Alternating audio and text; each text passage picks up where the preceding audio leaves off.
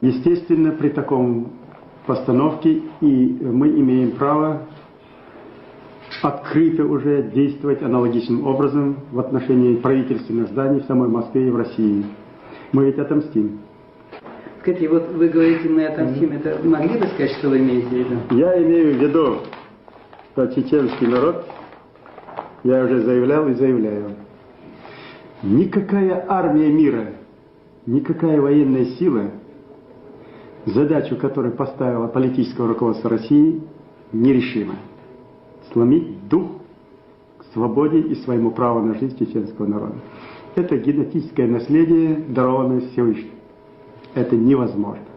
При всех злодеяниях, при всех зверствах берут 12 человек, детей, женщин, которые отсюда из-под бомбового удара уходят по дороге, встречают танки, 4 танка в клубок сжимают, переворачивают в кювет и смешивают в куски, вальсируя над трупами в кровавое месте.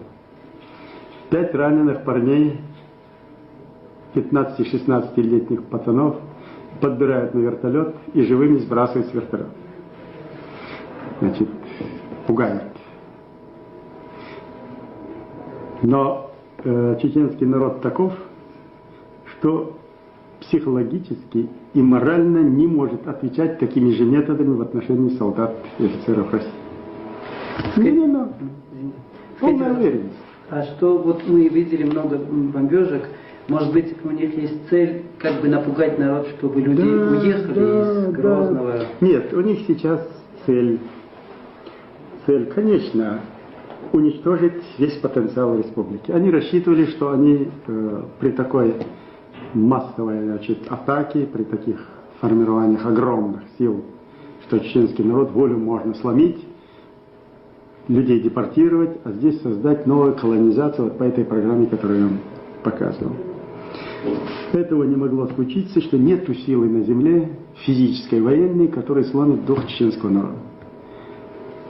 Нет силы. Нерешимая задача. Военным поставили неразрешимую задачу. Чеченцев можно убить, можно втоптать на куски вальсами, танковыми, можно сбрасывать с вертолетов живыми, но сломить дух к свободе и к своей независимости, осознанной и дарованной Всевышним, такой силы на земле нет. Ни грохота пушек, ничего. Естественно,